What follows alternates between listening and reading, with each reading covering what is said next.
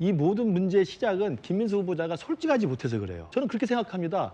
18년 동안 야인 생활했고 저 문제가 됐던 저 뭐 유장 채무 의혹 있는 그 차용증이라든지 그다음에 월 450만 원 유학 비용 도움받은 거라든지 이런 건 오래전 일이에요.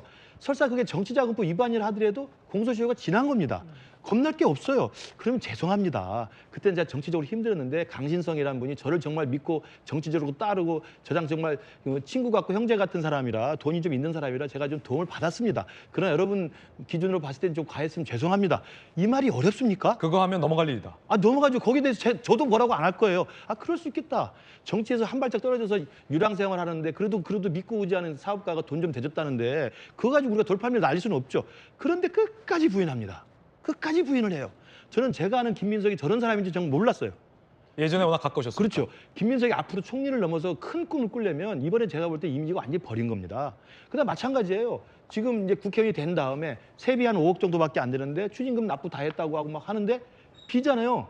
인풋과 아웃풋이. 그럼 비운 것에 대해서 문제 제기를 하니까 설명이 계속 거짓말하다 보니까 계속 꼬리를 물다가 배추까지 나오고 지금 결국은 처갓집 돈까지 나오는 겁니다.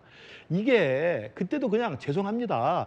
제가 사실은 부의금, 조의금 해서 또 그 출판기념회에서 현찰에 들어와서 그걸 했습니다. 그런데 국민들이 봤을 때 과했을 겁니다. 그러나 죄송합니다. 이게 어려워요? 이런 논란은 그러니까 김민석 의원이 저는 지나치게 솔직해서 이러는 일이 아닌가 생각이 듭니다. 지금 그 처가로부터 지원받았던 2억 그거에 대한 뭐 증여세 문제나 입증 자료, 뭐 배추공사 이런 게 사실 그 부분은 그냥 이게 그 총리 후보자 본인의 축의금 그리고 뭐 빙부상 그리고 두 차례 출판기념회 그걸로 다 받았다는 식으로 만약 거짓말을 했으면 그냥 사실 문제가 되지 않고 넘어갈 수 있는 부분이거든요. 왜냐하면 근데 충분히 현금 거래가 있던 거고 뭐 그런 축의금이나 이런 것들은 사실 여러 기존의 정치인들이 해왔던 저도 물론 출판기념회를 통해서 그런 식으로 이제 많은 돈을 받는 것이 굉장히 문제가 있고 그런 거는 좀 제도적으로 개혁이 돼야 한다는 생각을 하지만 어쨌든 그런 부분에 있어서는 최소한 법을 위반한 부분은 아니기 때문에 그러니까 뭐 그거에서 뭐 비판을 할 수 있지만 총리 후보자를 하지 못할 결격사라고까지 생각하지는 않습니다. 근데 다만 이제 전 총리 후보자가 너무 솔직하게 있는 그대로 얘기를 하다 보니까 과거에 있었던 일이 드러나게 되고 그러니까 자꾸 꼬리에 꼬리를 물고 이제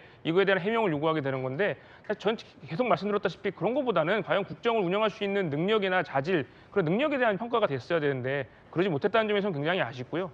근데 뭐 결국 그리고 좀 더 아쉬운 거는 사실 뭐 국민의힘 입장에서는 총리 후보자가 뭔가 문제가 있다고 생각하고 비판하는 거는 뭐 정당한 야당의 기능으로서 필요하지만 아직 총리 인사청문회가 끝나지 않았는데도 자리를 떠나셔서 그에 대한 마치 이제 인사검증이 제대로 안 하고 포기하는 것 같은 인상을 주시는 거는 전 적절하지 않다고 봅니다. 계속 문제가 있으면 문제를 지적을 하시고 그에 대해서 인사청문회 관련돼서 좀 같이 마무리를 지어서 여야가 어떤 식으로 결론을 내서 뭐 그걸 통해서 결국 본회의에서 결정이 됐지만 그런 모습을 좀 더 보여주시는 것이 야당으로서의 기능에 부합하지 않나 그런 생각이 있습니다.